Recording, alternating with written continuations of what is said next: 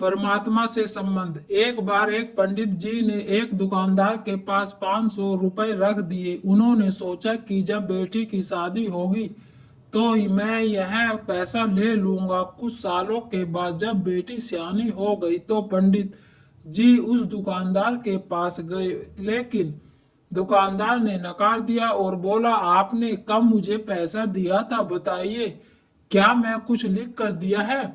पंडित जी उस दुकानदार की इस हरकत से बहुत परेशान हो गए और बड़ी चिंता में डूब गए।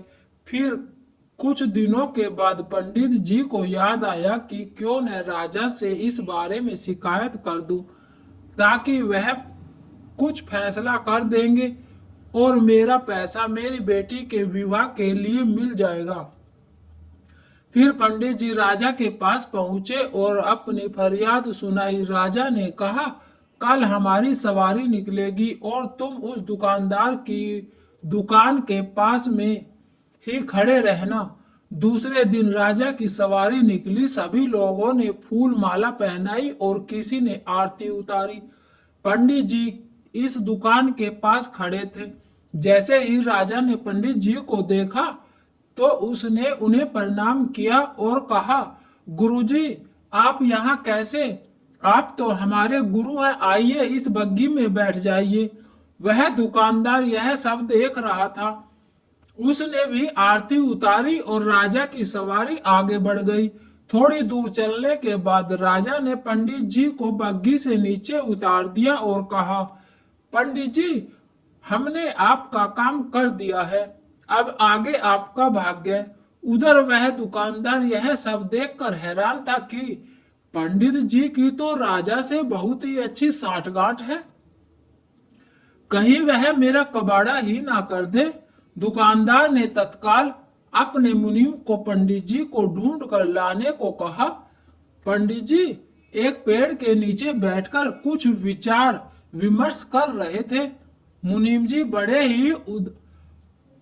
बड़े ही आदर के साथ उन्हें अपने साथ ले आए।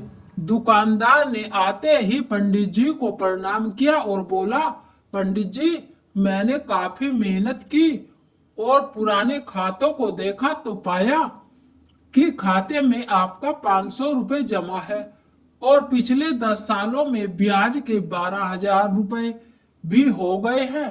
पंडित जी, आपकी बेटी भी तो मेरी बेटी जैसी ही है, इसलिए 1,000 आप मेरी तरफ से ले जाइए और उस बेटी की शादी में लगा दीजिए।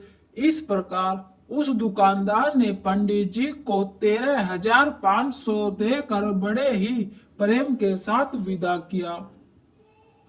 कहने का मतलब, जब मात्र एक राजा के साथ संबंध होने भर से हमारी विपदा दूर हो जाती है, तो अगर हम खुद से और इस दुनिया के राजा यानी किसी परमात्मा से अपना संबंध जोड़ ले तो हमें कोई भी समस्या, कठिनाई या फिर हमारे साथ किसी भी तरह के अन्याय का तो कोई प्रश्न ही नहीं उत्पन्न होता, जो हमेशा से उस परमात्मा का धन्यवाद करते रहे और उनके समीप रहे।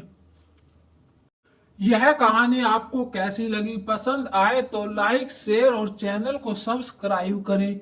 वीडियो को पूरा देखने के लिए आप सभी को धन्यवाद।